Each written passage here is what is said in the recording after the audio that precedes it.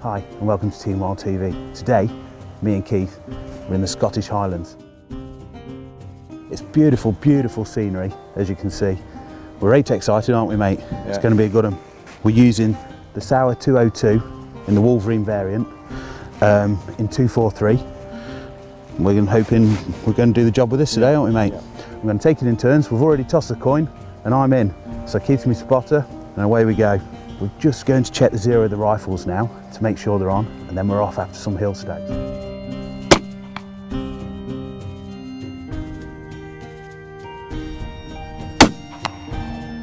Okay, we've just checked the zero on the rifles. They're absolutely spot on. So now the only one thing to do is get back in the truck, get a bit further on up the hill, and let's go and find some staggies. Myself and Steve hit the hill. We know there's going to be plenty of walking today, and looking up at the towering hills all around us is pretty daunting. However, we're in the good hands of our guide Tim. He knows this place like the back of his hand, and he's stalked these hills for many years. If we get the chance of a shot, and you're not comfortable, just say, fine. We'll sort that out. Yeah. And you should be shooting between 100 and 150 yards, hopefully. Hopefully. Perfect. That'll be fine. If the pace isn't good, just say so. We'll just go easy on. Yeah, we'll just enjoy ourselves. Yeah, yes. So that's what it's all fine. about. That's great. Beautiful. Now we're used to doing a lot of woodland stalking where we are. This is completely different to what we're used to doing. As you can see, we're out in the middle of nowhere. No. We are proper in the middle of nowhere. We are in the middle of nowhere. Just remember that I'm vertically challenged and your heads are higher than mine, so every kind of move I make is calculated. It'll be calculated for the contours and everything. Yeah, so we follow your footsteps, do what you do. Yes, please. On our way up the mountain, we pass some beautiful scenery, and Tim's always on hand to give us an insight into the history of the area. This is a Victorian deer path. Built by the Victorians, had deer paths built. Not so much, I don't think, for riding, but for the ponies bringing stags back off the hill. It's absolutely fantastic to be guided by someone with so much knowledge and experience.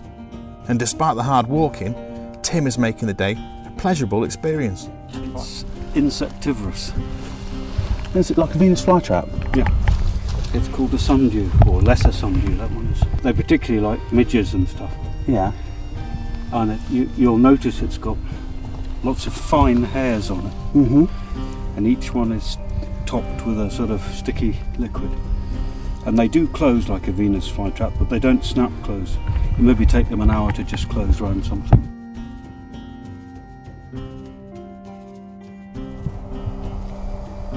Stags. Mm-hmm. Have you ever looked through one of these before? No. You have to have a rest. Yeah. It's like a rifle. Yeah. So if you do that with your stick, what you can't discern from here, because it's too far, is like their ages and their names, addresses and stuff like that. I can just make out that they're stags. We carry on heading up, and as we edge nearer the summit, there's a huge herd on the mountainside. Must be 100 to 120 deer grazing in the sunshine just on the top there. That's a lot of deer, a lot of deer. We slowly make our way up the hill, but the herd has begun to move. When you've got a load of deer right out in the open like this, they might not see us, but we've just got to be casual, not stop, just keep walking on. Even if they all jump up and start to sort of, definitely see us, just keep going on slowly. Okay, we've just worked our way all the way up this burn. We've been outside of the deer now, I should think, for about 500 metres, and we're within 200 to 400 metres away from them. Hopefully, as we cut that rise behind us, we're going to be right in the middle of them. So it's softly, softly catchy monkey now, and we're going to try a final assault and get in and see if we can get one down. Slowly and very carefully, we stalk along the edge of the heather. Okay, Tim's just gone up there, look. He's just peeking over the top, out the top of the burn. We can see 4 stags sat right on the brow of the hill, being very inconsiderate, just chewing the cud, looking round, making sure everything's okay. So, like I say, Tim's just nipped out the burn. He's just having a look on the valley as it drops away below us, because we reckon we've walked in now to hopefully in with them, in amongst them, but weirded by the contours of the burn. So he's just nipped up on his own, stick his head above the parapet, so to say, and have a look. It's all getting rather exciting now. We continue on slowly.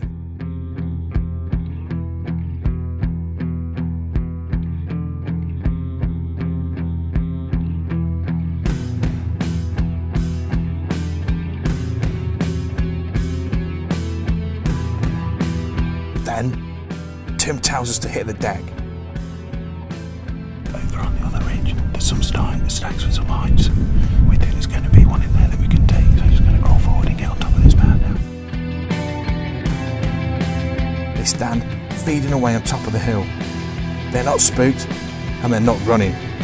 Perfect. One stag is looking right at us, and Tim gives Steve the all clear to take him.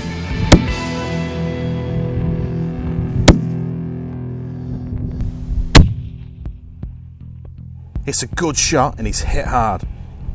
The rest of the herd head over the top of the hill and make a run for it. After we've given them time to head on and the stag a chance to pass peacefully, we head in. It's a stag. Perfectly shootable stag. Yeah. Well done, mate. Thank you, buddy. Nice Thank one. you, mate. Well done, Billy. The fruits of a hard morning's work, really. He's a good cull stag, perfect for the job. He's just coming out of his velvet. It's all dried off and he'd been peeling away there, but he was a good distance away. They've estimated that he was about 200 yards. Took him with a 243 with a Lapua 100 grain bullet. Did the job, hit him just in the shoulder, bump behind the shoulder there, bump. He went straight down. He hasn't run more than 10-15 yards really. As we came over the brow of the hill, we found him completely expired. He was done. So I'm really chuffed. It's been a great morning. Next job really is to do the grollock. So I suppose I better get my hands dirty. Steve dresses out the stag right away to keep the meat from spoiling.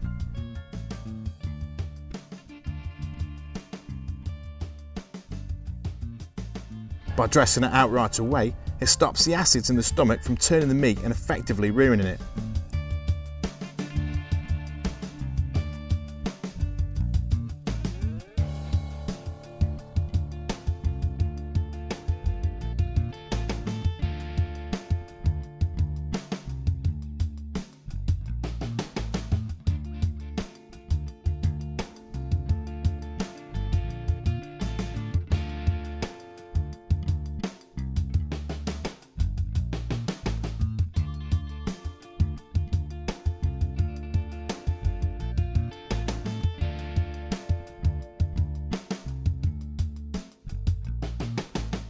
There we have it, Sauer 202 Wolverine. Although it's a varminting rifle, or designed for varminting rifle, we've come out on the hill, we've done the job.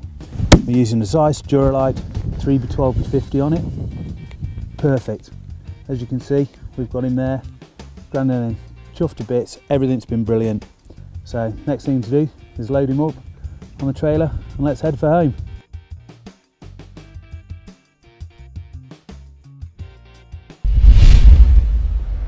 Okay, Steve's got his deer. We've grollocked it on the wagon now. We've had a quick bite to eat and we're going to head back off to the vehicle. We're miles away from the car, so as we walk back we're going to stalk and see if we see any deer. We're going to stalk into them and I'm going to try and get one. And I can't blame the rifle because it's performed faultlessly so far. Let's go.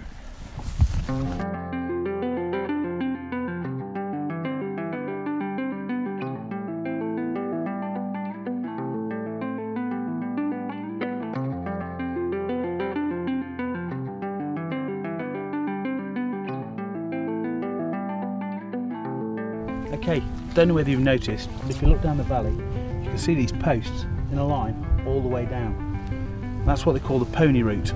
So when there's some snow on the ground and everything else, the guy that's bringing the pony up to take the stag off the hill, you can see which way he's going and everything else. But even more interesting, you can see where there's blood on the post and how worn away it is. See how thick it is at the bottom and how thin it is towards the top. And that's the stags cleaning the velvet off their antlers. As they're getting hard, they start itching them and irritating them, and they come down and they'll rag this about to clean all the velvet off.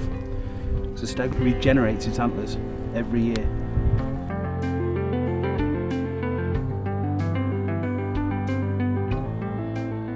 What a fantastic hunt in the beautiful Scottish Highlands. Our guide Tim was a gentleman and a fountain of knowledge. The terrain was tough at times, but the scenery and experience made it all worthwhile.